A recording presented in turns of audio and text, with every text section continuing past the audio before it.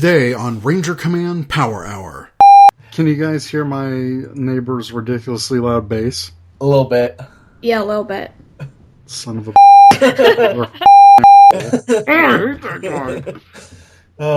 Ranger Command Remix. Yeah. Whoa, whoa, whoa, whoa, whoa.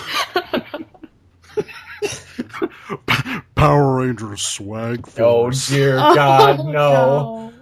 No. Party horn. Dun, dun, dun, dun, dun. I wish there was a way to, dampen it, but there's no way. You play your own bass in return, and then... Just blast all of... Go to that video that has all of the Power Ranger theme songs. It's like a 21-minute long video. Crank the volume, turn the speakers toward his wall, and just... Alright, oh man, that funky beat, man. Alright, you guys want to just get started? Yeah. I just had an idea. Oh, what? When... If you leave that in, you say, oh, that funky beat, and then you can just cut to Swag Force. Dun,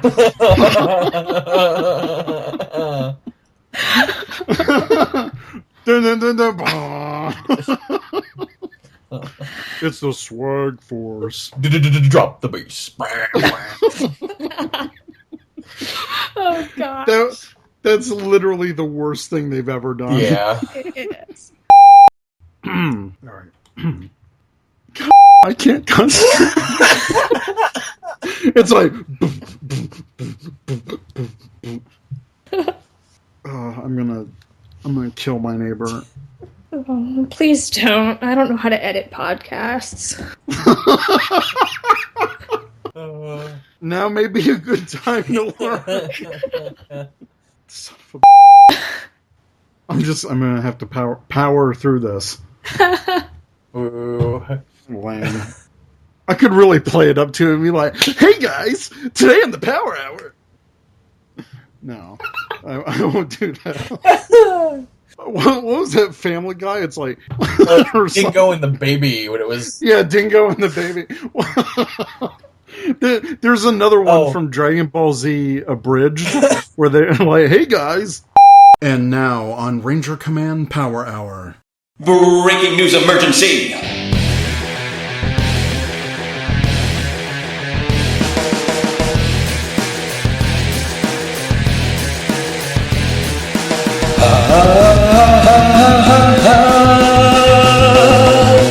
Ranger Command Power Hour, it's a Power Rangers podcast. Go, go, go, go! Ranger Command Power Hour, their discussions entertain you. Go, go, go, go! Eric's AP having a good time to discuss the Rangerverse. No matter where you are, whether near or far, you can always catch us on iTunes, on YouTube, even on SoundCloud.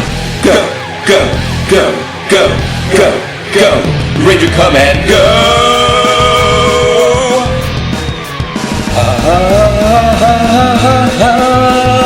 Ranger Command Power Hour, Ranger Command, start the next one. Go, go, Command Team! Today on the Power Hour, extra episode 3, Ranger Retrospective SPD, recorded on April 20th, 2015. Welcome to the Ranger Command Power Hour, only on the Four-Eyed Radio Network. So I'm a Ranger Up with your hosts. I'm Eric, also known as Trucky B47, or DJ Awesome Sauce. No. I'm AP, also known as Secret Ranger Fan.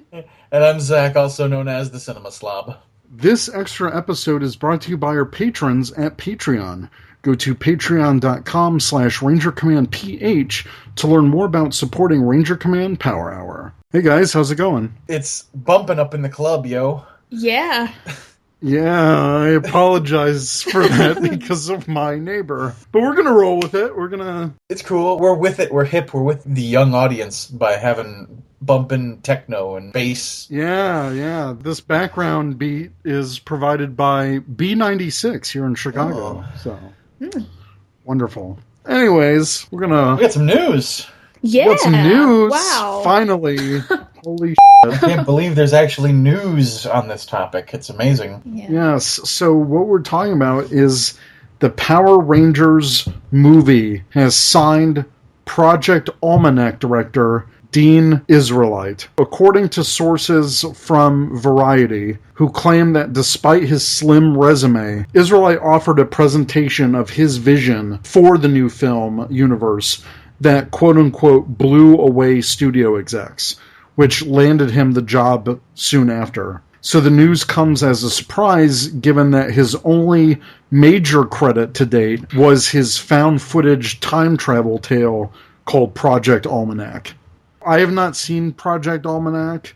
I have seen the trailers for it, and it looks interesting. But no, I haven't seen it. I've been meaning to see it. Yeah, same here. Like, it looked interesting. I just never got around to seeing it. Yeah. And now this gives me even more reason to actually go watch it. Yeah. It's kind of cool because that movie, from what I gathered from the trailers, it just deals with a bunch of teenagers. That's what Power Rangers deals with, is a bunch of teenagers. So it's kind of interesting that he'll be doing this. And it's kind of amazing when he went to these execs, Saban and Lionsgate, and he pitched them whatever his idea was, and he got the job. Like, that's pretty cool. And that tells me if they're really ready to have him on board that quickly, I think he gets Power Rangers. He's got to be a fan. I think I read in an article somewhere that he is a fan. That's really cool. Yeah. My only concern about this is because he is such a new, fresh director. Because Power Rangers has the potential to be this multi-million-dollar project that's going to be really heavy with effects. And again, I haven't seen Project Almanac, but it looked like it had some effects in it. I think Power Rangers is going to be a lot more effects-driven, and some directors handle that better than others. Yeah, I think, though, another thing to maybe be concerned about, but this might fall more under the casting director, is just how big of names that they're going to be able to draw in, considering that he's a fairly new director. Right, and that's the thing. Are they going to try and pull some A-list names, or is it going to be like how Power Rangers has always been done, and they're going to get some unknowns for these teenagers? But then again, I feel like to really draw in a crowd, you at least have to have one major A-list star to really pull it all together. Yeah. Mm-hmm. So does that mean the face of Zordon is going to be someone famous? Does that mean Rita is going to be played by someone famous? Or is one of the teens going to be that anchor star and the rest are newcomers? We don't know. Yeah. I really hope that they try to avoid the, oh, I'm like a 30-year-old actor playing a teenager thing. Because that's pretty obvious if you don't get the right person. Yeah, I'm with you on that one. I want to see a cast that has some star quality, but I mean, bringing some unknowns in as well will help, I think, too. Yeah. Plus, it'd totally help their careers. I mean, being a part of the Power Rangers reboot movie, that'd be huge, I think. Yeah. If it's successful. And if they get relative unknowns, they could possibly put the saved budget from paying them less towards something else to make the movie even bigger. Yeah, which I would hope would go into the production in terms of props and effects and stuff, because the time is really ticking down. I would hope at this point they at least have a script nailed down, and the writers never left, unlike executive producer Roberto Orsi, who left to do his own thing. But the writers, as far as I know, are still on. So at this point, I hope that now getting a director, that they're on track to meet next summer's deadline, because at this point, it's 15 months away. Yeah. That's a really tight time frame for a movie. I'm a little concerned. I think it's cool that they got someone relatively new who, I guess, proved himself with his concept and vision, at least, which I think that's a step in the right direction. But at this point, I feel like they're really going to have to pick up the pace in terms of moving along with this thing. Yeah, definitely. All right. Did you guys hear of any other news this past couple weeks that you want to talk about? Power Rangers Dash was released on iOS. Yes, Power Rangers Dash was released. Have you played it? I'm addicted to it. Like, terribly addicted to it. I am too, but the thing is, like, I wish there was some kind of level select. Yeah. Because I'm getting sick of that desert, and I think I've only made it to the forest 5 or 6 times. I've made it to the forest twice, so...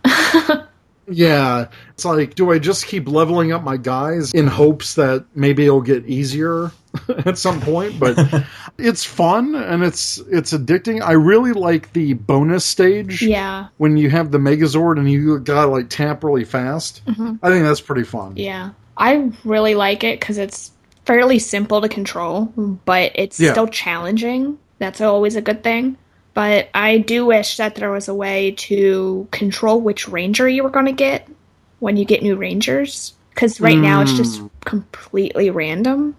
Unless you spend like $10 to get one of those like 6th rangers. Yeah, no way. I'm just holding out hope because they have that calendar thing where if you play like play a certain number of days, then you can get one for free. So I'm just hoping that I remember to log in every day and get that. But... Oh God, I got to log in right now. I think I forgot to do it last night because it didn't pop up the thing for me. I better double check on mine. It's been popping up at random times for me. I didn't mute my phone. Can you tell? But it's been popping up like not every day for me, but in the middle of the night. Okay, it just popped up for me, so sweet. Yeah, and I don't even know if it's 30 days in a row or just 30 days in general. But I'd imagine it's in a row. A lot of those apps want you to be logging in every day. Yeah, I wish that was a little bit more clear. Another thing that I wish was clear was, like, if you go to your collection, every ranger is listed at the A, B, and C level. So if you want to fill this entire collection, does that mean you have to get A, B, and C versions of every ranger and keep them? Well, not keep them, because I have sold some of my rangers, and they're still appearing in the collection. Oh, okay. So you just have to get them in general somehow. Yeah, I do like that they have a sort feature when you're looking at that stuff or selling. Because I do that by series, and when I see doubles by series, I just sell them off. Yeah. And I only keep the best ones. Mm-hmm. What are your favorite rangers to use? Because all of them have different powers. So far, my core team is Blue Wild Force, Red SPD, and Yellow Wild Force. Mine is Blue SPD. And the reason I do that is because he fires long range, like multiple bursts of blasts. Wow. And it really clears the enemies. So he's my first guy. And then when you get that power up that increases your attack, it's basically like he has a machine gun. And I just hold down that button the entire time. And it clears enemies. That's awesome. I'm trying to level him up as much as possible. And then I've got Red MMPR and then Yellow Samurai. Because she throws discs. So I really like the range attacks. Because I feel that there's too much error and there's more possibility to get damaged if you use like a fighter with a sword. Yeah. Or a stick. So I try to avoid that, but I found that Jason's attack is actually fairly strong, his sword attack. So I try to keep him as my backup, but I mainly roll with SPD Blue because of that machine gun ability. Yeah. I think it's really That's cool. why I like the SPD Red, because he has the Delta Blaster pistol type action. Pistol type action. Have you played any of it, Zach? I have. Actually, I'm playing it right now. I goofed, and when it was like, hey, do you want to play the tutorial or do you want to skip it?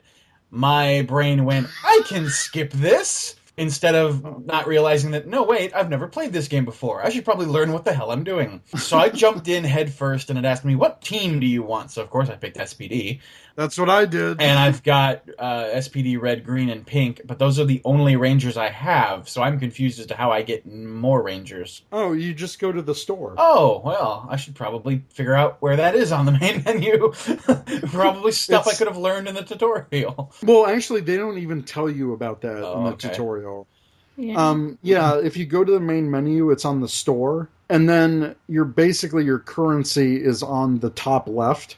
you can buy Rangers or those gem things, and those basically enhance your Ranger abilities. And you can buy the Rangers with either the coins or you can buy them with points. But the thing is, if you buy them with points, it's a random situation where you either get a Ranger or a gem. Yeah. So if you run out of coins, you can buy them with points. And if you run out of points, you can buy them with coins. I just remember seeing someone post on Twitter, I don't remember who it was, but it was like, I spent $10 and I got Tommy? Oh.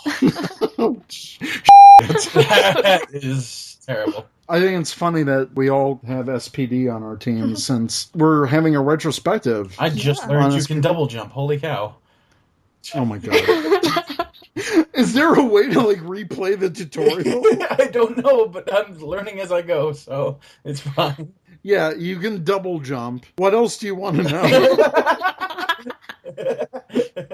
I think I'll be okay once I buy some more Rangers. Okay. Yeah, buy some more Rangers. Oh, one thing I did learn today, which took me a while, don't know how I didn't know this before, but if you just keep upgrading your Ranger levels, it'll eventually bump it up a grade too. Oh, what? Yes. I wish I knew that, because I've been hoping just to get the A, B, and C people, but if I can upgrade what I already have, do you know what level until they upgrade? I have no idea, but the thing is, I didn't realize it until now, because this game is very obviously just a quick port of the Korean version. Yeah. Very, very obvious. And some of the English is very broken, so I had to read it a couple times. It took me a while, so it's very easy to miss. I have enough coins to buy 30 Rangers, apparently. Holy Do it. Just do it. Actually, do it now and tell us what you did. All right. All right, Dino Charge Blue. # Yoshi. You son of a... I feel so awkward, seriously, just sitting here and opening these. Black Overdrive will never be used. Boo, Benta. Okay, a second Operator Red, so I can sell that one. Well, is it It's also C grade, yeah. Oh, okay. You can also keep him and just equip him with a different gem. Oh, that's a good point. Interesting. Look at these tips from AP. C grade, so that'll be Blue Mystic Force. Ooh, you're getting all the good ones. Yeah, I've got all these terrible ones. Holy cow! What? S grade White Mystic Ranger. You son of a...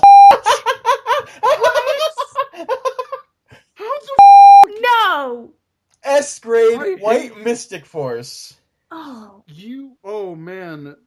Morphin Legacy would be all over that. I'm all over that. I tapped it to buy another one, and it's like, oh, I can feel the power, and I was like, uh-oh, that's new. I can feel the power? That's what it said? Yeah, when I opened it, it was like, uh-oh, I can feel the power, and it opened up, and it was S level, White Mystic Ranger. I hate you so much right now. You suck. Yeah, she's going on my team. S-grade White Mystic. Motherfucker.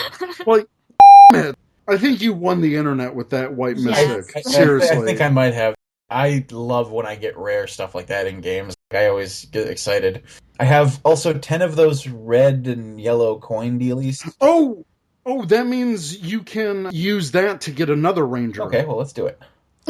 And that increases your chances of an S-grade. A grade Blue Samurai Ranger. Oh, okay, cool. And that means you can sell your other guy. Yeah, and I'm 1 coin away from doing it again, so... Well, that means you just got to play level. Holy shit, this entire time we talking, I made it to the Legendary Forest. This is my best game I've ever been doing. So apparently talking to you guys while playing this is really helping me out right now. Sorry, I lost my other Ranger. No. Oh. I made it to the 2nd level of the forest. I've never... Okay, S level White Mystic Ranger's starting damage is 352. Good lord! What? Wow. I just had my best game ever. Yes. Oh, her attack is awesome. She shoots out a snowflake that just murders everything. Oh my god. That sounds just like Udana. That's actually pretty accurate for her. This is a cool game. This is really fun, yeah. One thing I noticed, though, too, is all of the A grade and S grade Rangers have different automatic abilities that give you advantages throughout the game. Oh. For instance, my A-grade Blue Wild Force, he gets extra treasure when you collect those. Oh, nice. I've got 41 of those red and yellow things, so I'm gonna buy Red and yellow things. the red and yellow coin things. I think they're called G coins. G-Unit. So I'm gonna buy a Ranger with one of them. B-grade Yellow Wild Force. Yeah. Sweet. I wish I could just make my entire team full of Taylor, and then that could just beat everything up. It's a lot of fun. It really is. Yeah. God, but that S-grade Mystic, I freaking hate you, Zach. That's awesome. But here's the thing. That's my luck because I'm a beginner. I'll never have that luck again. Ever. I will play this game for 100 hours. And the best I'll do is an A-grade something now. Because, that's it. I've had the S-grade. That's my luck. I'm over. So it is possible to get the S-grade Rangers without actually buying them with real money. Yeah. Yeah. It's just super rare, then. Mm-hmm. So I just lucked out on a $10 value for free. That's pretty awesome. And wow. you didn't get Tommy, so... Yep, that's... Yeah, thank God for that. Oh, man, you need to tweet that to the heavens. I got Mystic. Well, Right. I mean, people will know by the time they listen to this episode, because I'm sure you'll include that in the bloopers. Yeah, I think I will. Anyways, yes, Power Rangers Dash is fun. I think it's a lot more fun than the card game. Oh, yeah, definitely. Yeah, I'm with you on that one. You and I, AP, we've tried to connect multiple times to this. Yeah, and it sucks with reliability. Yeah, it's really terrible. horrible. For Power Rangers Unite, I like the card art and stuff. It's just, they're so limited on series, and with the connectivity issues, all I want to do is play with my friends. Yeah. I just want to play with you guys and kick your butts and be fine. Especially since I already passed the story mode, so there's nothing else to do. There's nothing to do. Why I like Dash is because they have a lot more Ranger teams. Yeah. I wish they had all of them, but hopefully that's in another update. Mm-hmm. All right, anyways. Now we're going to talk about our Ranger retrospective for SPD. This year is the 10th anniversary of Power Rangers SPD. It aired in February 2005. Last episode, we had the guys from Ranger Stop on, and they've assembled the 5 main cast for SPD for the anniversary. Right now, they're the only convention celebrating SPD's 10th anniversary. It's really cool, and if you listen to our last episode, it seems like they're trying to get maybe a couple more SPD people, which, as far as I know, would be maybe someone from New Zealand, because that's really the only other people you could have aside from Greg Awanowitz or Bruce Kailash. Whatever they've got planned, it's going to be awesome. But yeah, 10 years with SPD, it makes me feel old. Yeah. It's hard to believe it's been that long. 2005 was just a crazy year. Like, for me, that's when my parents moved to Michigan. I was out on my own. And then it's funny because they moved to Michigan a month before Youmacon. And so when I heard about Youmacon and the SPD Rangers being there, and that was in Michigan, I'm like, oh my God, and my parents just moved there. I can just hang out there and then go to the convention. It worked out really well just because I was able to take my brother. That convention was the same weekend that the last episode of SPD aired. Wow. In November. It was crazy. I just can't believe it's been 10 years. It's amazing. And it still holds up. It really up a does. lot. What's funny is now that it's been 10 years, we're halfway until 2025, where SPD becomes not a reality, but, it'll be funny to see what 2025's Power Rangers season will be. Yeah. In the not-too-distant future, Earth has become a haven for all alien races who come from the farthest reaches of the galaxy to live in peace. 99% of the newcomers live in harmony. But for the 1% who can't, there is Space Patrol Delta, the new breed of police to bring them in. So, SPD. The plot of SPD, for those that don't know, is the story takes place in 2025 after Earth has welcomed alien beings to live peacefully with the human race.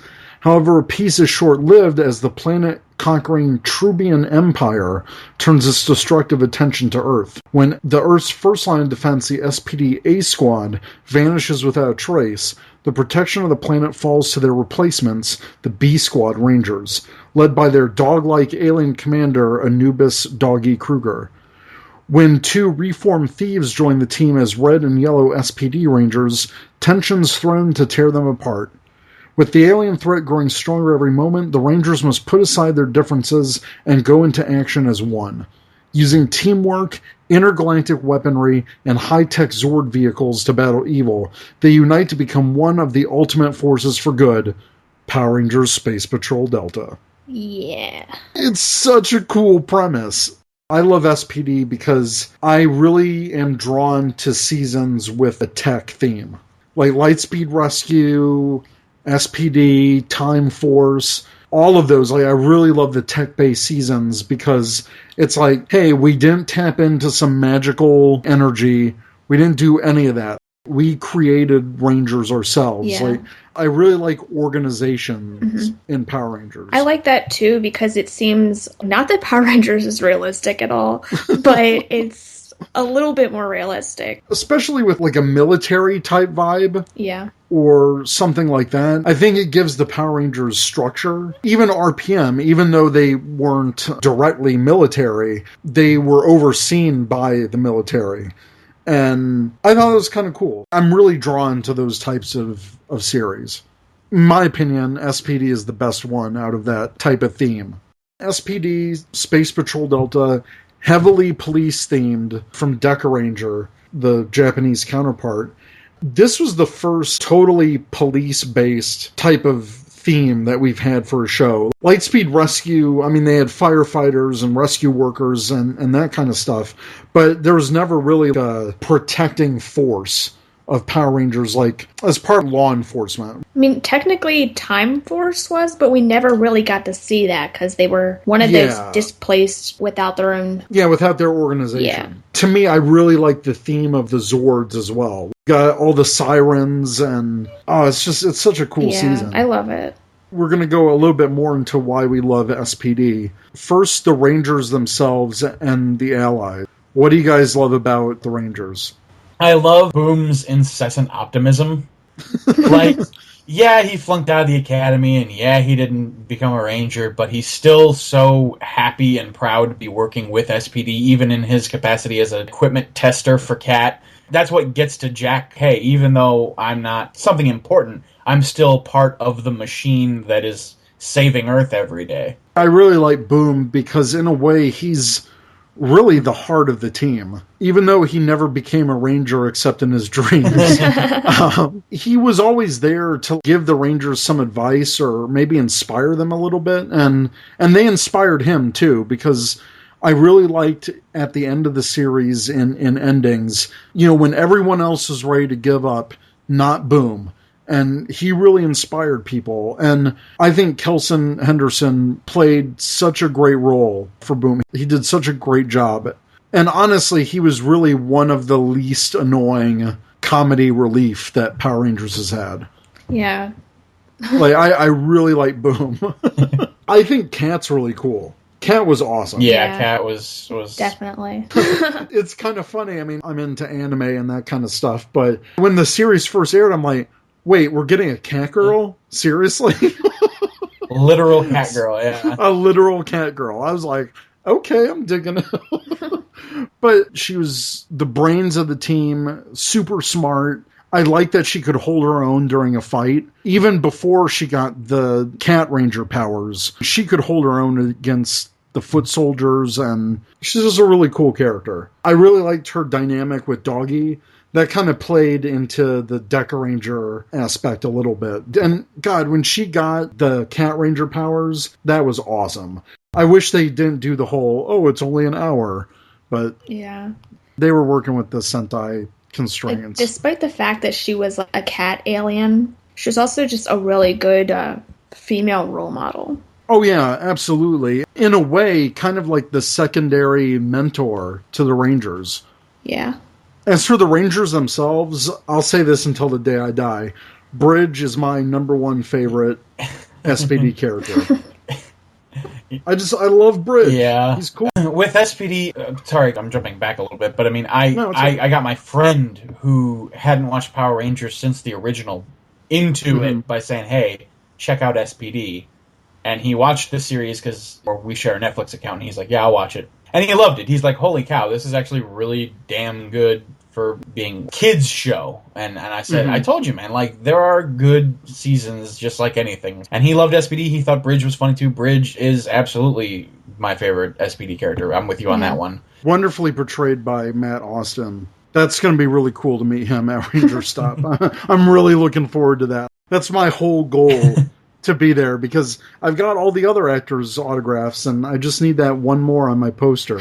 I'll be set. Back to the Rangers. Just this entire Ranger cast is just fantastic. They have really great chemistry. Like, very great. And they're just, their talents, like their acting abilities. Brandon J. McLaren, he's been on so many TV shows now. It's insane. Yeah. He's a great actor. Oh, yeah, definitely. They've all been pretty successful doing what they do. And Matt Austin went to direct short films, and he's working on his own projects. I think that's great. And you could tell that they had such a great chemistry offset that it totally carried into the show, and it made SPD better. Yeah. I love Doggy Kruger. He's one of my favorite mentors, and when he rangered up for, I want to say Deca Master, but for, because I love Deca Ranger. Deca Ranger was actually my first Sentai. That was in 2004, and that's when I was getting back into Power Rangers because of Dino Thunder. When you're on Ranger Board and that stuff at that time, people were talking about the Sentai at the time, which was Deca Ranger. I'm like, man, I gotta give this a try. And I instantly loved the characters. I loved the theme. I loved the police stuff, just like SPD. Yeah, other Sentai series have come after it that I like more than Deca Ranger, but as my first Sentai, that's never going to be out of my mind. That's my first. I don't know if all of my love for SPD comes from my love of Deca Ranger. At the same time, they're both so different. SPD did recycle some of the filler episodes from Deca Ranger, but I think theme-wise, I think SPD pushed it more, especially with the space part. Whereas Deca Ranger, it was special police Deca Ranger, and they dealt with aliens. I really liked that SPD pushed it into the science fiction space realm. Even though they didn't go to space a lot, I like that concept that they brought the aliens to Earth and they went that way with it. Going back to that, Deca Ranger was also my first foray into Sentai. But you haven't watched a lot of Sentai, right? No, I haven't. And I didn't even watch that much of Deca Ranger, but that was my first real, exposure to Sentai. I think I always knew it existed, but I had never really actually made an effort to see what it was all about until then. Oh, I see. So it all holds, a special place in my heart, sort of for you. Just this season in general it's just, it's a standout for me. It really is. What was fun about, because since that was my first Sentai, when the Power Rangers came over, this was really my first time oh, that's what they did different. Oh, that's how they changed this. Because in Deca Ranger, the Yellow Ranger, Jasmine, she's the one with the gloves. She's what in Deca Ranger they call an Esper, so, ESP, touch telepath, that kind of stuff.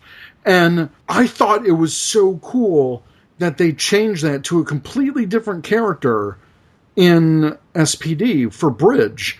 I just thought that was fantastic. And how they carried over Sen, who was the Deca Green, how they transferred his head state. I was just going to say that when Bridge did that for the first time, I was so giddy. I was just like, oh, they copied the Sentai, I'm happy.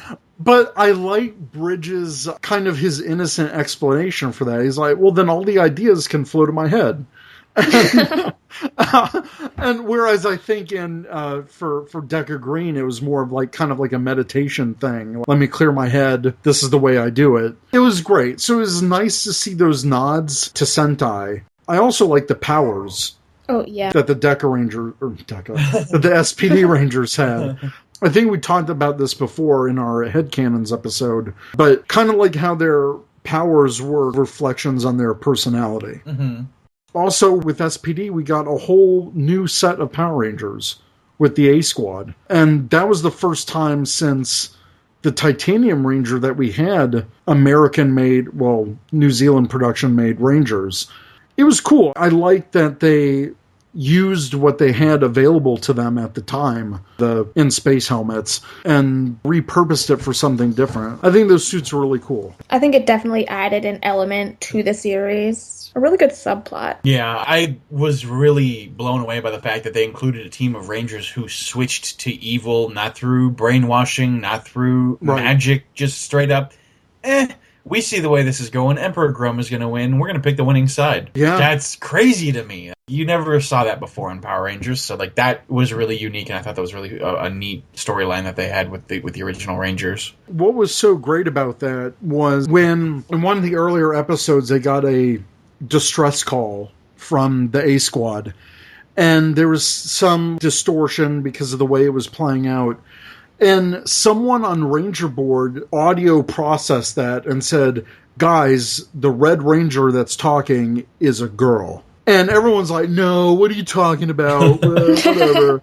And then it turned out to be true, and everyone was like, holy crap. Greg Aronowitz talking on the DVD features, and he's like, yeah, someone figured that out, and they figured it out within a week after the show aired. If anyone has the Shout Factory SPD set, that mega set, if you check out the features, the SPD Ranger Tales feature is the longest Ranger Tale feature out of that entire mega sets. I think it's like at 45 minutes, and it is fascinating. There's like a lot of stories and tidbits. So if you have a chance to check that out, I highly recommend it if you're a fan of SPD. I got to meet Greg Aronowitz. Actually, we shared a plane together once. That's kind of funny.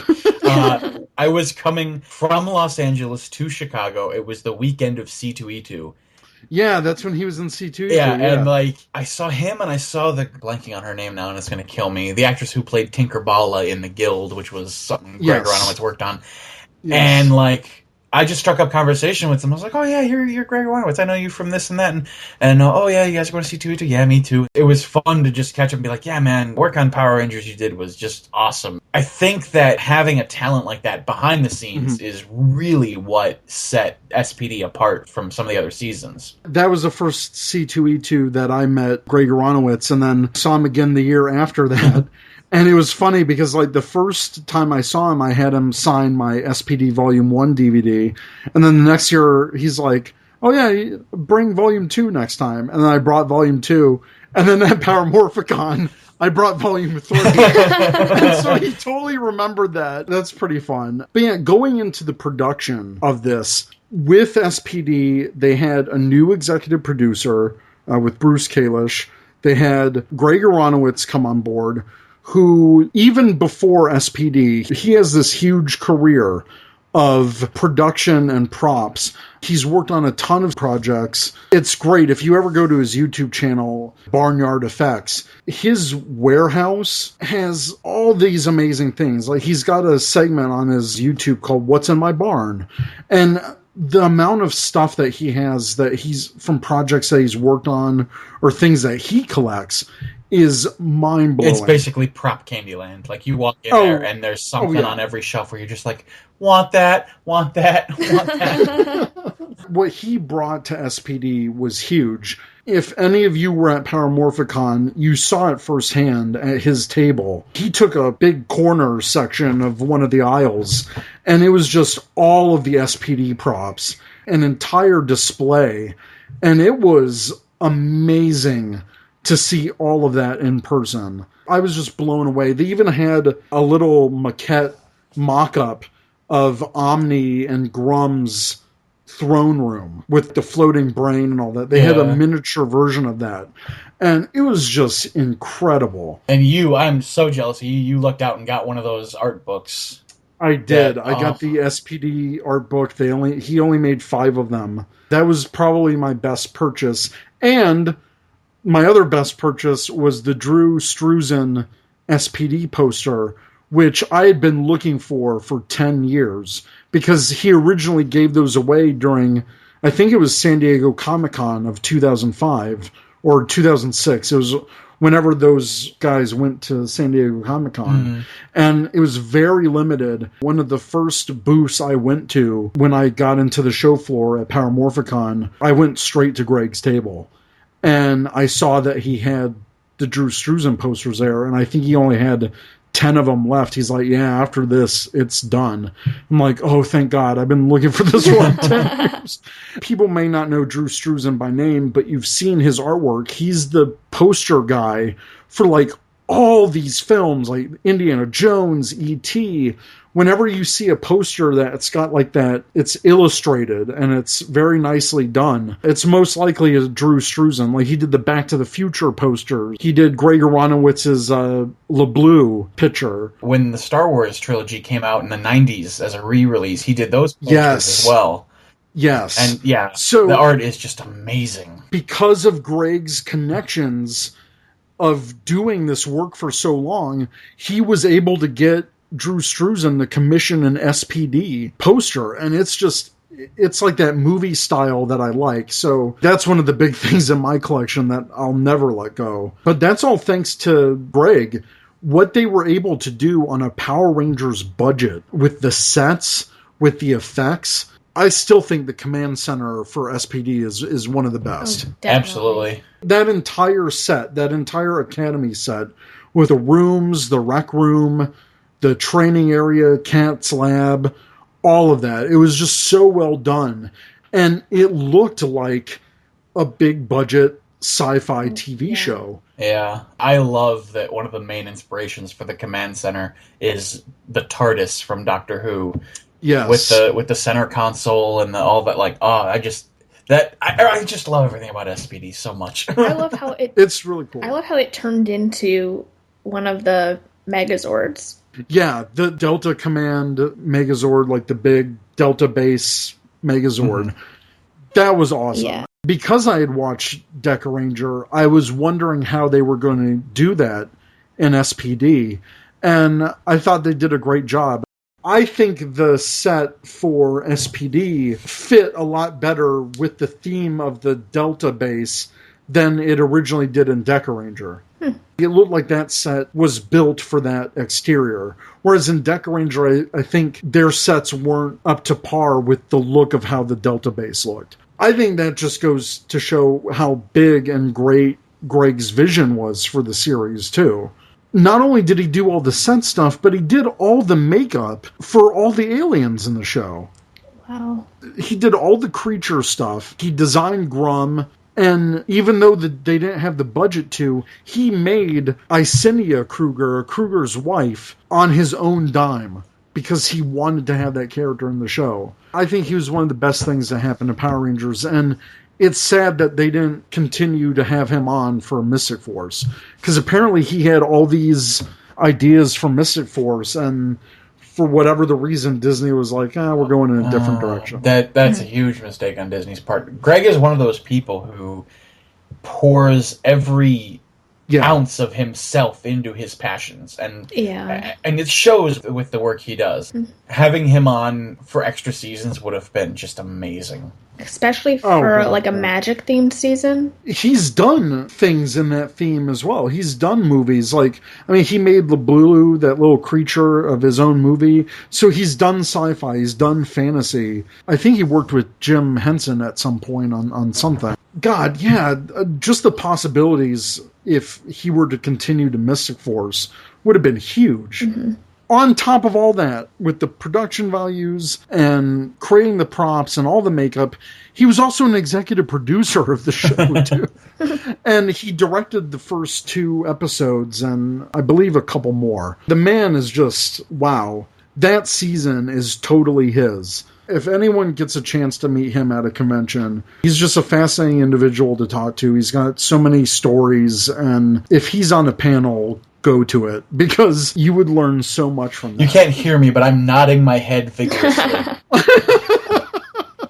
I think one of the reasons why SPD is so successful is because of the high production values. Yeah. It totally raised the bar on Power Rangers that I don't think we've hit until Dino Charge. Yeah, definitely. And one thing I want to mention before we get too far along, if you want to see Greg Aronowitz in action and see how he does some of this stuff, he was on that sci-fi show called Hot Set. Hot Set, yeah. And you can see more of his thought process and how he achieves things. It's really awesome. I'll have to check that out. I am such a sucker for behind-the-scenes stuff. I don't think they ever brought that show back. No. It was only on season. And I remember, because I watched it, and I think that was the second C2E2 I saw him at. And I talked with him about Hot Set, and he was telling me about the process, and he's like, yeah, it really was that crazy. We had to do it in that short amount of time. And he said it was absolutely nuts, but it was a lot of fun. Yeah, that's just a fascinating thing. Also, aside from that, everyone should check out his YouTube channel, like I mentioned before. He does a lot of behind-the-scenes tidbits. He has a blog, but it's, if you look up Barnyard Effects blog, he has this entire blog, and he's got maybe 5 or 6 articles on SPD, and they're full of behind-the-scenes pictures that I don't think they've ever released, and all of his thought process on SPD. So I'll include those links in the show notes, but yeah, you guys have to check that out if you haven't yet. I can forgive some of the things that other people might harp on SPD about, like, you know, it's got a weak middle. At some points they rely too much on the Deca Ranger filler. But I can look past that because I love the cast and just the production values of the show. It really keeps you glued to watch Power Rangers. It gives you so much more than those little disappointing things. So it's very easy to overlook them. The concept was so good that it could succeed without the Power Ranger elements. I would not doubt that. Oh, we didn't talk about the villains. I mean, we're so like, oh my god, SPD. I thought Grum was super creepy. Oh, yeah. Yeah. I mean, the skull face and the horns and the brains exposed and the whole skeleton theme, I thought it was just really menacing and it was really cool. It really worked well, and I mean, especially like the way the costume worked with the lighting inside of the ship set. And of course, there's an interview where Greg talks about how he wanted to design this character sort of with a Maleficent vibe, with horns and everything, and it's just... it all works so well together. Yeah, I think that's one of his blogs. He goes into the whole Maleficent thing because it was a Disney production. He thought it would be cool to kind of tie something Disney into it. But yeah, I mean, if you would have told me in 2005, oh yeah, Grum's inspiration is Maleficent from Sleeping Beauty, I would have been like, what? I remember there was, I think it might have been on his blog, where there was like a line about how he wanted to make him even scarier. Yeah. And they told him to tone it back. Yeah. So I'm kind of wondering what he could have been if it wasn't toned back. But if that's toned back, that was still pretty creepy for a Power Rangers villain. Yeah, like, we haven't had something that creepy since probably Zed. Yeah, and I totally got that Zed vibe from Grum, just because of the exposed brains and the really menacing voice. I really like those glowing eyes. And I like that there was still eyes underneath the glowing red lenses. I just like that whole thing. Like, it was creepy, and it worked. Whose bones was he wearing as armor? Yeah. Whose bones were those? Yeah, that's pretty creepy if you think about it.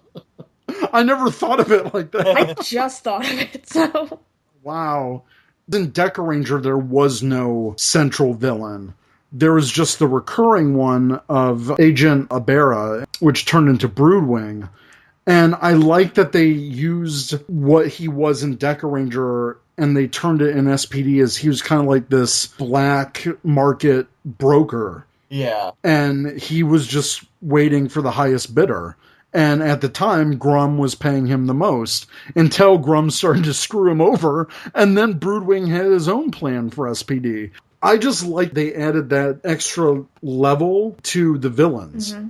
It was just another layer of context. Smart for kids, something that adults can relate to as well. I still enjoy watching SPD to this day. In fact, when we get off, I'm probably going to binge watch some. I'm probably going to watch some just for the heck of it. I mean, It's got great stories. Another villain that we didn't talk about, the main villain, Mora and Morgana. What did you guys think of that character? I did not like her at all. Both versions? Yeah, just in general. Oh, okay. I enjoyed the unique approach to coming up with monsters. Mm-hmm. The fact that she draws these monsters and then he brings them to life. What was great about SPD was the villains weren't all those types of monsters. I liked that there was like some criminals, some villains that were part of the Rangers' past, and then you've got Mora creating some monsters. Right. So I liked that there was a mix. That it wasn't just monsters, but it was also aliens, too. Mm-hmm. I liked that aspect of her, but just her personality... Yeah, it was a little grating. Yeah. I wish there was a little more that they explained, like, why she was so afraid to be an adult, and why she didn't want to be Morgana, that kind of thing. Well, let's be honest. Eric, if you could go back to playing with toys and not worrying about things like work and bills... and things like that. You've got a good point. But she's a space criminal. I don't think she has to worry about it. I didn't like Mora, but I did like Morgana. Yeah. I liked that there was kind of a rivalry with her and Z, which transferred over from when Morgana was Mora. Because in the episode Sam, it was a yellow focus, and also Sam when he was younger before he became Omega. That's when Z trashed her doll. And so she had this grudge against Z, which carried over when she became Morgana, because they had that awesome fight scene between the two of them in the woods in that one episode. Yeah. So I liked little things like that. I really like the continuity of the series. Speaking of continuity, this series has a ton of connections to other Power Ranger series. Yeah. So first, I want to give a thanks to Ranger Wiki for providing some of the trivia that we're going to be talking about in this episode. If you go to their main SPD page, they've got, I think half the page is like trivia and interesting facts. And whether it was to save budget or just the resourcefulness of Greg Aronowitz, they were able to use a lot of different monster suits and old makeup and some old props. Before Disney trashed the Power Rangers vault, Greg was able to go into there and take a lot of the elements from past Power Rangers seasons. And that's why, you know, the A-Squad helmets are modified space. That's why there's... Well, we're going to get into it. So, one of the first things, during the episode Stakeout, Jack and Sky are playing a video game, and the two characters they are playing are the Blue Centurion from Turbo and Cyclopter, which was a monster that Lightspeed Rescue fought. I remember the episode, and it was just a little thing. They were playing like a 3D holographic game in the break room, and it was like, oh my god, that's Blue Centurion. Which kind of makes sense if SPD is this galactic space organization. Blue Centurion could have been part of that, an early force of that. Wow. Both KO-35 and Onyx are mentioned in SPD, and both were planets that were visited in Power Rangers in Space. If I remember Reflections, the prison was actually in orbit of KO-35. It was like an asteroid prison. Yeah. In episode 9 of Idol, when the SPD Rangers are having lunch before they get the alarm from Cat Manx about the breach, you see a TV in the break room with motocross going on, and that has footage of Dustin, the Yellow Wind Ranger, and Blake, the Navy Thunder Ranger from Power Rangers Ninja Storm. Oh. I never knew about that one. Yeah, that's one I'm going to have to go back and watch for, because I did not realize that. In the background of some of the training scenes, I think it was the one where Jack is just kind of lounging around and they're all doing the mud thing. And in the background, you actually see an Aquitian, a member of the Aquitian species from Mighty Morphin Alien Rangers. Yeah. There's another alien, which is great because we've known since Mighty Morphin that aliens are in this Power Rangers universe. This was the first series since Power Rangers in Space to have its theme written and performed by Ron Wasserman. When I heard that Ron Wasserman was coming back, I was like, oh my god. I remember this. On Ranger Board, he actually leaked some of the early demos of the SPD theme. And I remember downloading those because... I mean, it's Ron Wasserman. I think those are still on my old iPod. So yeah, they're on my hard drive somewhere. But that kind of bit him later on because he actually made demos for Mystic Force. But because he kind of leaked the SPD stuff early, I guess the executives at Disney or whatever didn't want him to come back. But trust me, the demo theme for Mystic Force that Ron Wasserman did was awesome. 1,000 times better than what we got. It was so freaking... The rock version, we should probably specify, I think. Yes, the rock version. Even the rap version wasn't too bad, so... Well, anything's better than Overdrive. Yeah.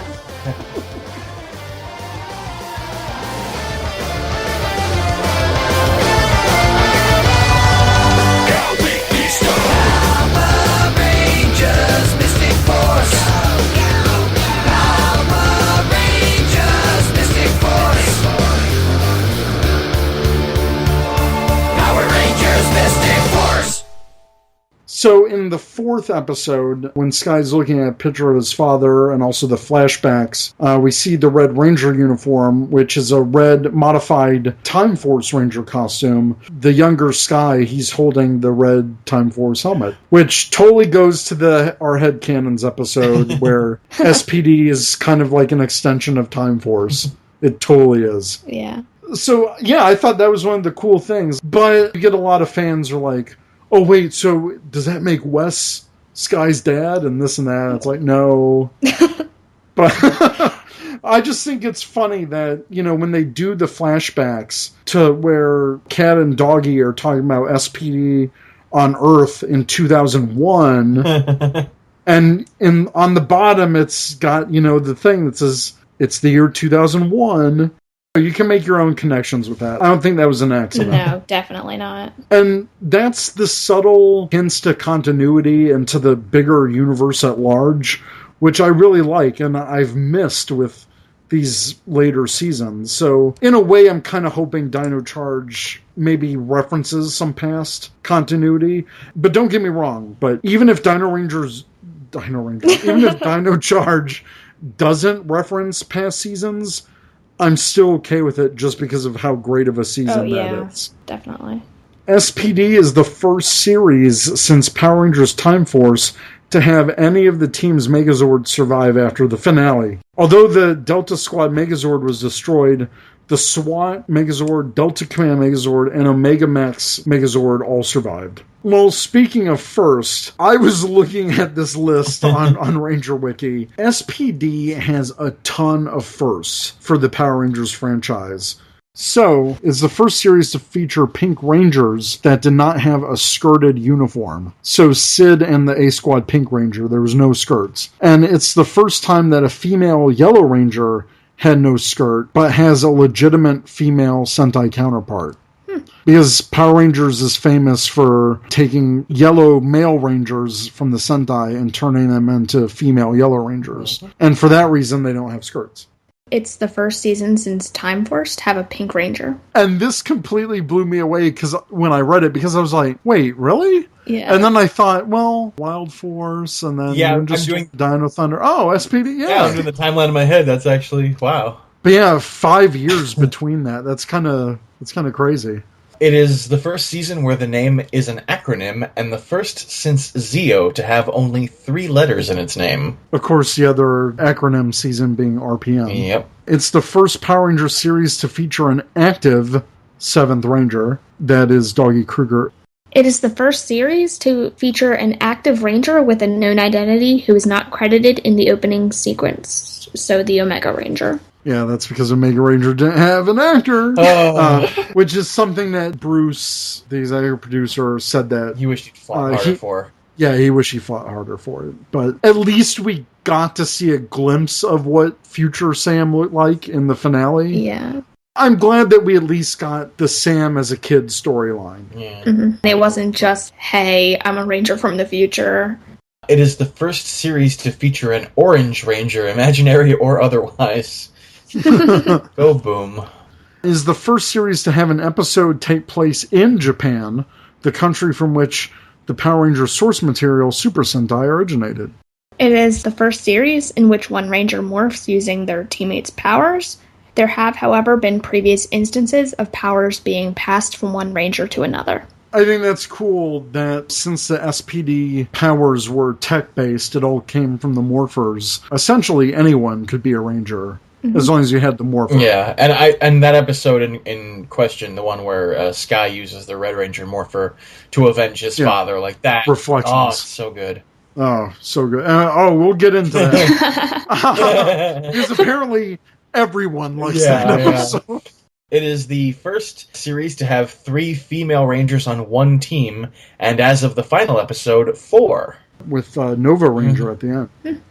This is the first series to have a female Red Ranger, the Red A Squad Ranger, and I've heard plenty of arguments. They're like, well, Charlie doesn't count because she turned evil, and blah. Well, no, because before she went all bad, she was still a Power Ranger. Bruce has said that he and the producer of the show had to convince Disney to use a female Red Ranger, and that while it may have been a small step now, it may one day lead to a full-time female Red Ranger on the show.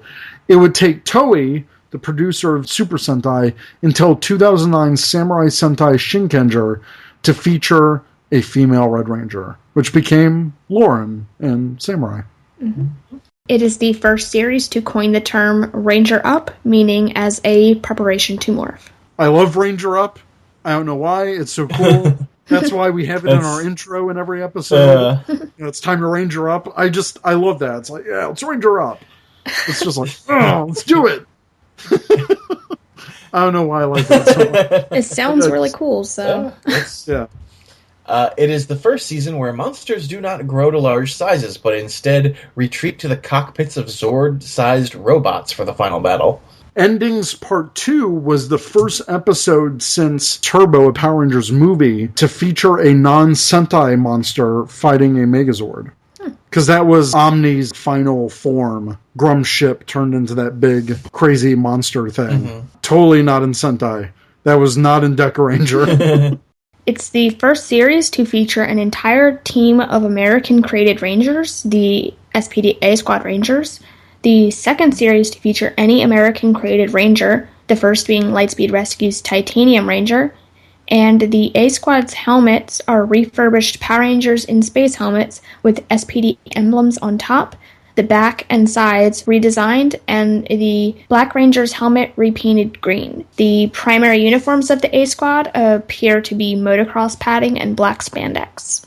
I always thought it looked a little cheap in comparison. Yeah, it was a little cheap. I liked it, but I think the guns and the helmet made up for it a little bit, though. Yeah. Especially to see them, though, in the final battle in Endings against the B Squad, I did think that was really cool. Yeah. It made the suits better, in my opinion. Yeah. Just to see them in action instead of down the hall or whatever. SPD is the only series to have all of the titles of their episodes consist of one word.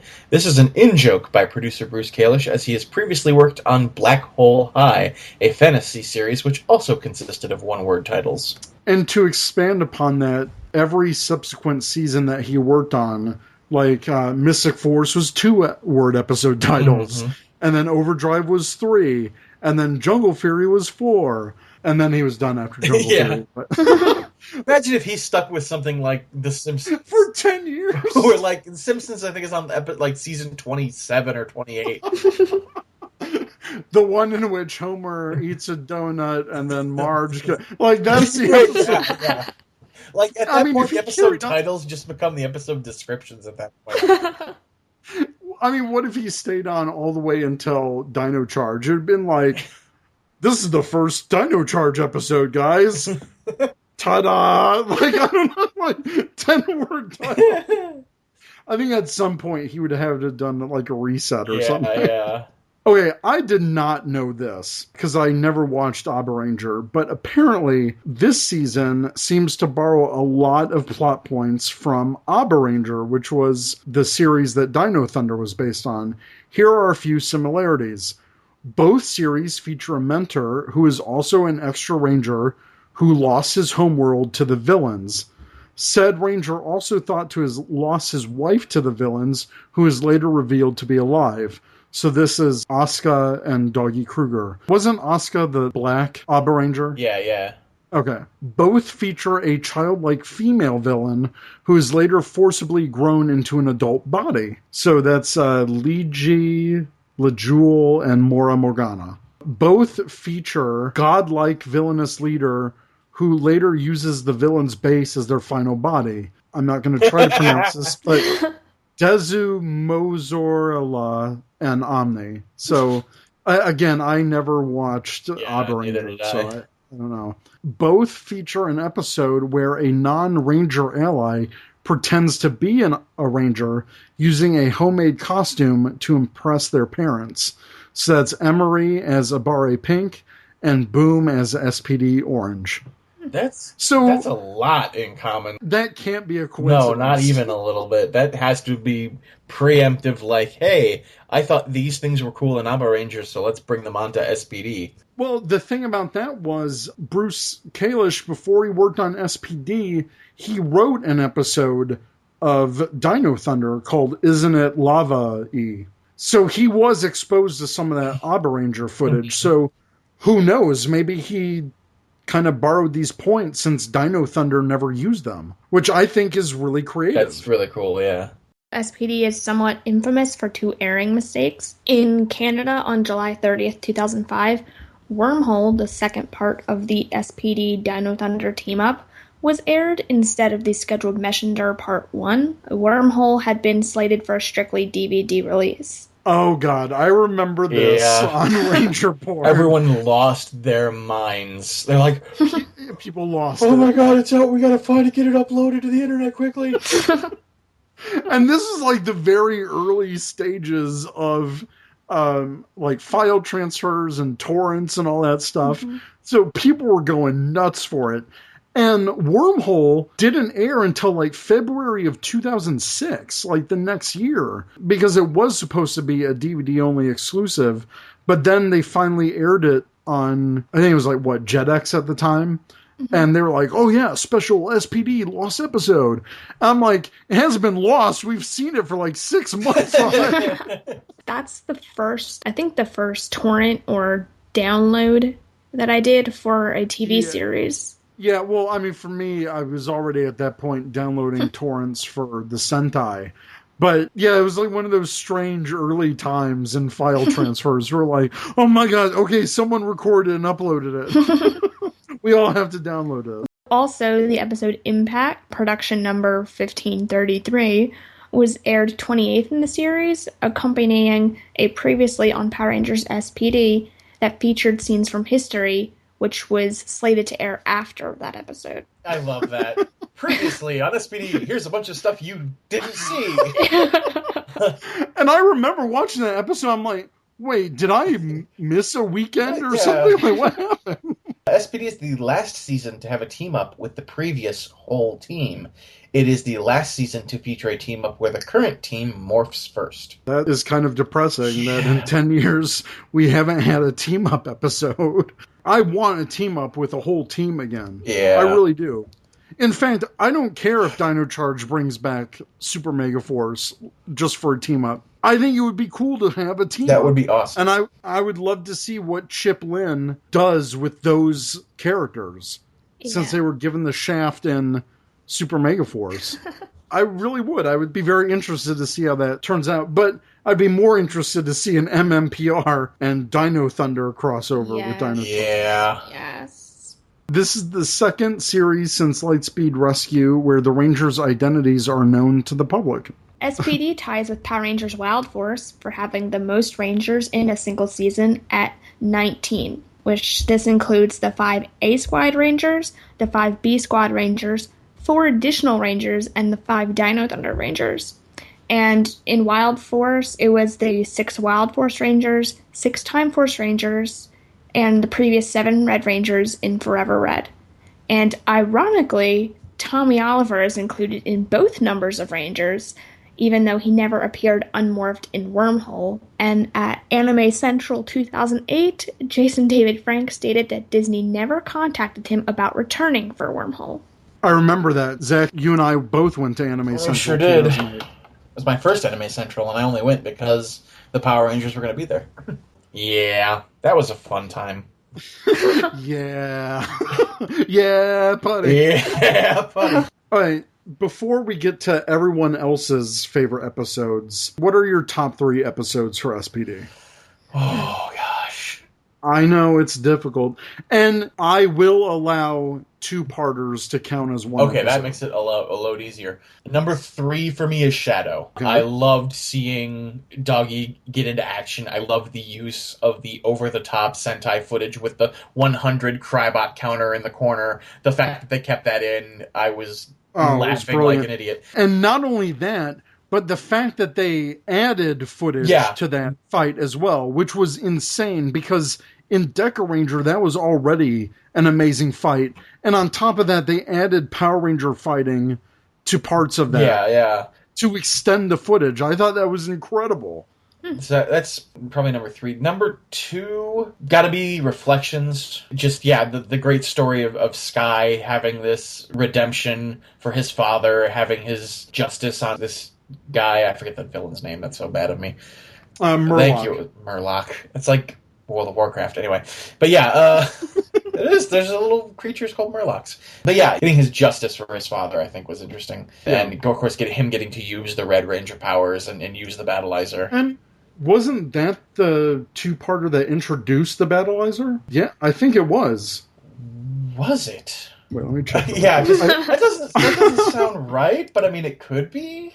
Reflection, SPD, really quickly. Yeah, the Battleizer was introduced in Reflections. Wow. Well, there you go. So, that's interesting.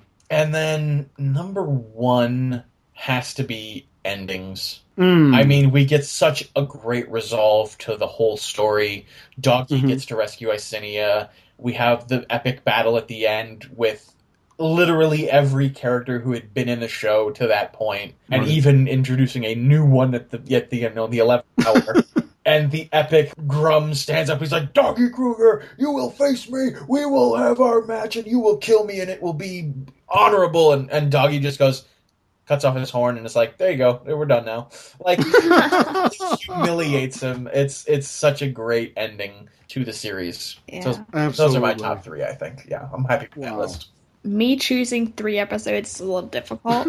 So just the first 3 that come to mind right now are probably Reflections, because I just like how he used the whole power, borrowing of the powers. Just that whole concept, I always thought that was really neat. And I must have watched Sky's morph sequence like 10 million times back then. It's like, oh my god, it's a different guy using the... And I like that it was a different morph. Different style style they had to morph. film new morph footage, Oh, so great. Yeah. And then on top of that, we get a Battleizer? Like, holy crap. It was a good episode. Yeah. And then Wormhole. It wasn't a terrific episode, but it's just one of the ones that stuck out the most for me. It's always nice to see, the Dino Thunder cast come back too and be included. And they were really good in that. Like, really good. And I, like, even now and back then, when I found out that it wasn't Jason David Frank who did the voice, I liked watching it and picking out the parts that wasn't cut and paste footage, because some of it was like cut and paste audio from previous episodes. I just liked picking out the parts that was definitely not JDF, bad JDF impression. You know who did that bad JDF impression? Yeah. Yeah, it was Jeffrey Perazzo. Yeah. Who is Dino Thunder White. Yeah. He's just like, I've worked for a long enough time with JDF. I can appropriate his voice. Yeah. You're going down, Ziltrax. And then I hated that part, though, when, like, I love the concept of no one gets inside our circle, but, like, I like that as like a fighting concept. But the delivery is so goofy. The delivery was terrible. It's so cheesy. It was bad. I think it was like Dino Thunder White and Black were together at some point. So he just said it twice in a row. He just said it twice in a row without changing it. I'm like, oh god, you had to make that just a little bit worse, didn't you? And then the other one would probably be the first episode. Oh, beginnings. Yeah. Just seeing the team come together and seeing a little bit how it was before Jack and Z joined the team. I love that they had those all gray uniforms before they got color coded. Were I a man of a smaller stature, I would absolutely cosplay an SPD cadet in just the gray uniform. Yeah. I've wanted to for years. It's just I haven't had the money to. Yeah. Trust me, if I had all the money in the world, I'd totally go. Yeah, we all need to play the lottery and just win the Mega Millions jackpot. Ranger Command lottery pool. Yeah. Hey, I'm down. But going back to beginnings, really one of the strongest season openers of any Power Rangers. Yeah. We all said it. Mostly everyone in our Ranger Nation Answers said it. It's Reflections. That is such a great story for Sky, and with the resolution of what happened to his father, like I said before, the battleizer, they introduced all these concepts, but it never felt like it was a crowded episode. It was greatly paced. I really liked Reflections. It's probably one of the standout of the season. SWAT was a big two-parter for me. I really liked SWAT. I liked how the team came together. Of course, another upgrade. That was absolutely fantastic. And I have to go with Shadow. These are all two-parters, but they were all great two-parters. Yeah, Shadow. I love Shadow Ranger. Doggy Kruger kicks butt. I loved everything about that episode. And then we get the backstory on what might have happened with Kruger's wife, and Kruger's dealing with almost like post-traumatic stress about his planet, because there was that dream sequence in the beginning. That was a really good episode. Yeah. I like that. And it's always cool to have a new Ranger debut. Now we're going to turn it over, and we got a ton of answers for our Ranger Nation Answers segment. And we asked, what's your favorite SPD episode and why? So first on Facebook, Epi Carrero, she said, Catastrophe is my fave because it debuts the first time of Cat Ranger. I think it was an amazing episode. I like how it was almost close to their Sentai counterpart. Yeah, Catastrophe was a good one. John Shearer said Shadow Part 1 and 2. You got a great backstory on Kruger and started to understand why he is somewhat distant from everyone and why he makes the decisions he does. Then you get his awesome Ranger form and the great 100 Crybot fight. It followed its Sentai counterpart fairly well, which is always good. Well, not always good. which can be good. Let's put it that way. But in this case, it worked well. Yeah. Stephen Martinez says Reflection Parts 1 and 2. Michael Campbell said Endings Part 1 and 2 when they fight A-Squad. I forgot to mention that in my wrap-up. The fight with A-Squad. Holy cow, that was an epic fight. Yeah. It was. God, I remember when on Ranger Board, remember when Japanese magazines had like a scan? Yes, they had a Japanese scan of pictures of what would happen in Power Rangers when it didn't even happen here yet. Yeah. So people were looking to Japan for Power Ranger spoilers, and God, early on, that's how we got early looks at what battleizers would look like. All that stuff. Because I remember the Mystic Force one, that's where it showed off the Mystic Force battleizer. I was like, holy crap, that's awesome. I remember, they got someone to translate it, and it said, the person translating it says, it says here the B Squad's going to fight the A Squad, but that doesn't make sense. How does that and we were all like, I love that shot of them in that, it was like some kind of arena or something where they fight. Yeah, where they fight the A Squad. And I remember when they changed the last clips for the theme song, because they always change out the clips when new stuff happened.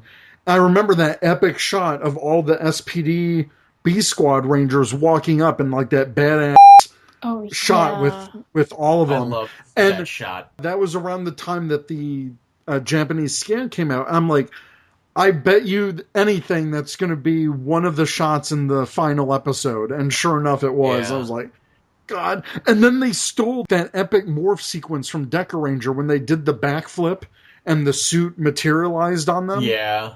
They copied that from Deca Ranger, but they did it so well. It was so good. Mm-hmm. So I want to go back and watch SPD now after this. Oh yeah, that's why I'm gonna make my pizza and watch it, and that'll be good. On Twitter, Snappy @SnappyDude said, "Smiley face, the finale, and watching Krieger single-handedly and unmorphed kick the main villain's ass, smiley face." That's a lot of smiley face. At the Macabre Chap says, "Abridged. It highlights Bridges' ingenuity in such an effective manner and shows what an asset he is to the team. Hashtag SPD." Hashtag awesome. Yeah. Hashtag SPD for life. Abridged was another favorite. I know I didn't mention a Bridge episode, but that's probably my favorite one. I mean, it's all Bridge. Mm-hmm. He's got some amazing lines in that. Eddie at @sexy_Ed said, "I love Shadow Part 1 and 2. Doggy Kruger was a great leader who overcame his past. Great story, brave leader." Agreed. Agreed. Tyler Bozetsky at Tucson PR Zealot said, "Reflections." Morphin Legacy at Morphin Legacy says, "Recognition and abridged." Lissandro said, "Reflections Part 1 and 2. Definitely translated well from its Sentai counterpart." Solomon D at Sollyman_D said, "Boom. The episode, just a ton of fun, and it was nice learning more about Boom and his hilarious Orange Ranger dream." I think his parents were pretty hilarious, too. Yeah. Doug at Doug Watchin says, "No one's mentioned Wired. 1, Sophia's badass. 2, Piggy drops a truth bomb. 3, Gorodon is rad. And 4, Delta Command Megazord." Yeah, Wired was another great two-parter. Man! There were so many good two-parters in that season. RJ Sills, Uchahabro77, at Anime Rednet 96 said, "The two-parter where Sky deals with his dad's death by destroying the SOB who killed him. Always love that plot. Of course, Reflections." Yeah. At Mr. Change Dragon said, "Idol. The drama, Kruger's assassination actually being kind of scary, and the way they developed the Jack and Sky rivalry." That's another thing we didn't touch upon. That whole Kruger assassination attempt, and he just gets shot from a sniper. He's kind of hanging on for dear life. Oh, yeah. Power Rangers hasn't done a lot of that. Like, that was pretty mature. Yeah. They took him out, and when Kruger got shot, everyone got stunned in that scene. It was acted really well, and Yeah. like, when do you ever see that in Power Rangers? You don't. Jonathan Fu Hao at Fu no Kamioka says, "SWAT Part 1 and 2. It's a two-parter, so it counts as one. I love it because it shows that even if they are mad at each other, they are still friends, and they care about each other. It was good character development, and I enjoyed it." They worked for their power-up. It wasn't like Kruger was just sitting on his butt. It wasn't like, "Hey, Rangers, you get a power-up." You've utilized friendship this week. Here's a new power. You know I'm doing that echo effect I again, know. right? It's just become habit now. What go say? Sean Carpenter at Snarky Sean. He said, "Shadow Part 1 and 2, because Kruger is my favorite Extra Ranger in the entire Disney era, and his backstory is good." Scott Sandler at DigiRanger1994 said, "Shadow, Reflections, History, and Endings come to mind." So 3 out of the 4 of those are two-parters. Yeah. Everyone loves the two-parters. They're good two-parters. They are great. Mark Ivy at Watcher Mark says, "My favorite SPD episode by far is SWAT, simply for the interaction between the Rangers as they affirm their friendship." Morphin K at Morphin_K said, "Reflections. The emotions from Sky that resulted after Murloc brought up his father and what resulted after were moving. And also shows PR villains don't discriminate. The line, 'I don't care what color you are, you're going down.' LOL. That genius of Murloc to drive that nail a little further into Sky to Oh, get him man. to cry so he had a means to escape is fantastic. I really like the kind of Hannibal Lecter Yeah, take. exactly. Murdoch was such a great villain. Exactly. Mr. Mike at M. Lundstead said Reflection Part 2, when Sky morphed into the Red Ranger, it was a great moment. The Monkey Grid at Monkey Ranger says SWAT Parts 1 and 2. It showed how the team came to work together and trust each other, and they received power-ups. Win. Total win. Total win. All right, my girlfriend, ThetG at ThetG17 said buttery toast, even though I watched a few episodes of SPD. But that line sticks in my head. Yep. Yeah, that's So, the power of that line is even my sister, who doesn't watch Power Rangers, and I, the buttery thing, like as an inside joke between us now. Oh, yeah. I mean, and it even came up in the last episode when we were talking about Ranger stopping Matt Austin. Then we were just doing buttery, and you can't say buttery like that without wiggling your fingers in front of your face. It's, Nightmare at Nightmare10 said tie between Idol and Reflections. Both are great Sky episodes, and it shows Chris's acting chops. But I also liked how Jack and Sky's backgrounds, friendship, and teamwork were tested as well, as the idea of an assassination attempt with Doggy. Overall, they're both standout episodes to me. yeah, they are. Absolutely. Michael Riddle at Solaris Knight says probably Abridged, Idol, or Shadow. I forgot about Reflection. Like, there are so many great episodes. It is really hard to pick just a couple you like. It really is. And then Darren Moser at Dr. Sci-Fi said, I like the episode Samurai.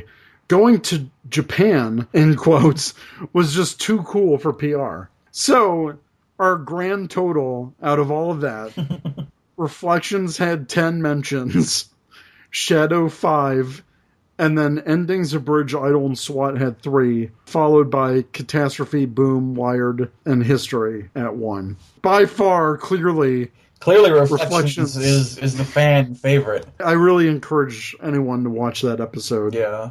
Well, I think that about wraps it up for our SPD retrospective. Any final parting thoughts? I think we said it all. I mean, really, Yeah. It's such a great show. I would love to see a Power Rangers SPD 10 years later, but that's wishful thinking on my part. Yeah, I think we all wish Yeah. that. Yeah. I'd like to see, I mean, this is just fan wishful thinking, but yeah. just to see if maybe Z or Sid ever got to be a different color. Oh, that's a good point. Especially after all the upgrading that went on, because by Overdrive, Bridge was red. Yeah. So I think at that point, Sid or Z would have to be blue or green or something. Yeah. Yeah. I think it'd be unfair to keep them at just 4 and 5. Maybe Bridge is leading all the other Rangers are girls. Like it's an all-girl team but him, and he's just leading them. It's Power Rangers mixed with an anime harem comedy. Oh, God. Oh, no. And on that note, we've got an SPD emergency. Yep. So Ranger Nation, let us know what you think. Have questions? Email us at rangercommandpowerhour@gmail.com or check us out at rangercommand.com. And from all of us here at the Delta base, we'll see you next time. So, Power Rangers anime harem comedy is now my new headcanon for what happened at SPD. Oh, God. We're never having a Headcanons episode again. On that note, I'm going to play some more Power Rangers Dash. Oh, me too. Oh, yeah, me too. You've been listening to the Ranger Command Power Hour, only on the Four-Eyed Radio Network. You can catch a new episode every other Saturday. Find us on the Morphing Grid at www.rangercommand.com. Follow us on Twitter at RangerCommandPH and like us on Facebook.com/RangerCommandPowerHour.